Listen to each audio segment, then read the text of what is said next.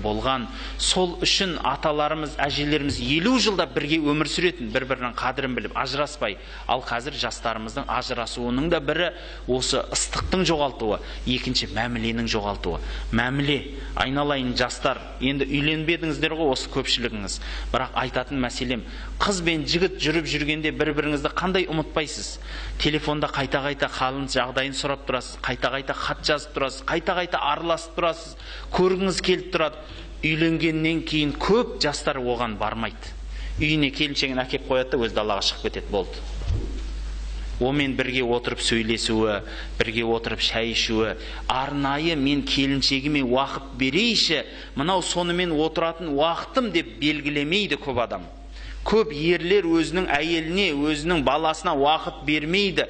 Білесіз ба? Қазіргі психологтарымыз айтады. Мына заманның бұзылып баратқаны қайдан білесіз ба? Адамда мәміле кетіп баратыр дейді. Мынау сөйлеспейміз біз бір-бірімізбен. Көршімен сөйлеспейміз, досымызбен сөйлеспейміз, өзіңіздің күйеуіңізбен, немесе әйеліңізбен сөйлеспейсіз, балаңызбен сөйлеспейсіз. Кілең үйге келеді, ана сотка шұқиды, интернет шұқиды, телевизор көреді, сөйлесу жоқ, мәміле жоқ.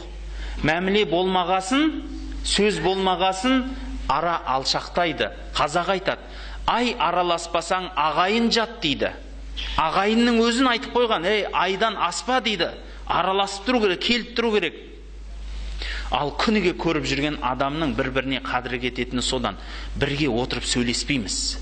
Бірге отырып араласпаймыз. Бауырлар, бұл үлкен қауіп сіздің жанұяңызға туып келе жатқан. Балаларыңызбен, әке болсаңыз, балаңызбен отырып сөйлесуіңіз керек. Қызыңызбен сөйлесіңіз. Жай бір күнді, мейлі аптасына болмаса да айына бір күн жанұя күнін арнаңыз. Бала шағаңыз барлығын ертіп паркке отырыңыз. Бірге пицца жеңіз, мороженое жеңіз, ішіңіз. Араласу керек, қызық көріңіз бірге.